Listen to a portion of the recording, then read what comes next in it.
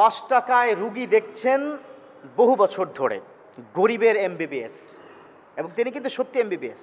কয় টাকায়? ৫ টাকায়। তিনি যখন কোনো চায়ের দোকানে যায়, সেখানে বসে কোনো রুগী পেলে পকেটে থাকে কলম এবং কাগজ, সাথে সাথে বলে যে স্যার একটু আমার এই প্রবলেম, তো ঠিক আছে তোমাকে দেখে দিই। সব দেখে টেখে দিয়ে ৫ টাকার একটা কয়েন বা ৫টা টাকা তাকে দেয়। ভারতে এই ঘটনা। কর্ণাটক এলাকায় একজন ডক্টর, এবং সে অরিজিনালি এমবিবিএস ডক্টর। তার জীবনের স্বপ্ন হচ্ছে আমি গরিবের ডক্টর হব, এবং সে সব সময় স্বপ্ন দেখত আমি বড় লোককে চিকিৎসা করব না, কারণ বড় লোকের চিকিৎসা করার মতো হাজার নয় লক্ষ ডক্টর আছে, কিন্তু আমি চিকিৎসা করব গরিবের। আরে গরিব মানুষ তো চাইলেও 200 টাকা ভিজিট দিয়ে কি দেখতে পারবে না। এই জন্য তিনি বললেন অসুবিধা তো নেই, because I have a lot of experience, আমার অনেক অভিজ্ঞতা আছে, আমি একজনকে রোগীর হাত ধরে কিন্তু বলে দিতে পারি তার কি কি প্রবলেম আছে। এবং তিনি এই কাজগুলোই করে বেড়াচ্ছেন আজকে কালকে নয়, বহু বছর ধরে। আর আমার দেশে এরকম এরকম ডাকাত ডক্টর আছে, সবাইকে বলছি না, সন্ত্রাস ডক্টর আছে, যারা কোনো ব্যক্তি কোনো রকম গিয়ে তাকে দেখানোর সাথে সাথে তাকে 10,000 টাকার টেস্ট দেয়। আমি ওই ডক্টরকে বলবো ডক্টরি পেশা ছেড়ে দেন, ডাকাতি করেন, ওই আবেদ আলীর মতো প্রশ্নপত্র ফাঁস করেন, যান। গরিবের টাকাকে মারছেন কেন মিয়া? হ্যাঁ, একটা গরিব অসহায় মানুষ আপনাকে 500 টাকা ভিজিট দিয়ে তো তার কষ্ট হয়ে যাচ্ছে।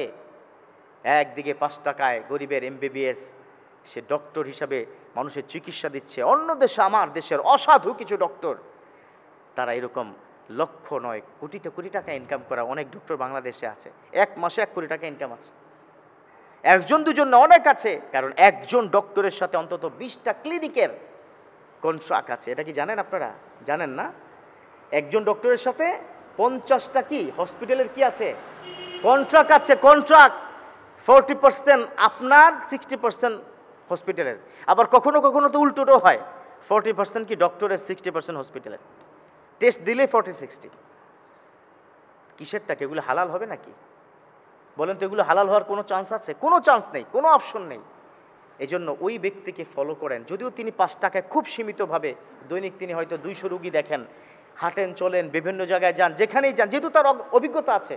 আচ্ছা, একজন অঙ্ক টিচার, তিনি যদি চায় সারা বাংলাদেশের সব জায়গায় কি গিয়ে গিয়ে ঘুরে ঘুরে কি গণিত শিখাতে পারবে না? কারণ এটা তো তার এক্সপিরিয়েন্স, এটা তার মেধা, এটা ভিতরে তার আছে অভিজ্ঞতা, যোগ্যতা। ওই ডক্টরের তো সেটা আছে।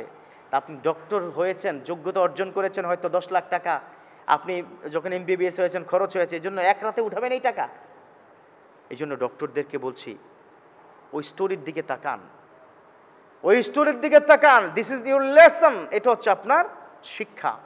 আপনি শিখেন। বাংলাদেশে যারা এই ধরনের অসাধু, তবে মাশাআল্লাহ অনেক ভালো ডক্টরও আছে, হয়তো আজকের কথা এখানে হয়তো থাকতে পারেন, আজকের কথা আপনারা কষ্ট পাবেন না, অনেক ভালো ভালো ডক্টরও কিন্তু আছে।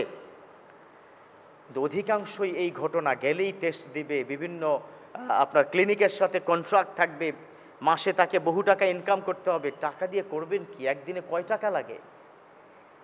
যে 1000 কোটি টাকার মালিক, সেও একদিনে সর্বোচ্চ 2000 টাকা না হয় খাবার খায়। প্রসাধনী সব কিছু মিলিয়ে মাসে না হয় ব্যক্তিগত খরচ হচ্ছে 1 লাখ টাকা।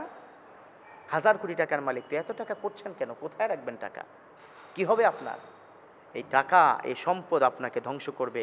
কোরআনের, বিশ্বনবীর হাদিসের কথা, কবরে গিয়ে বলবে আনা কানজুকা ওয়া মালুক।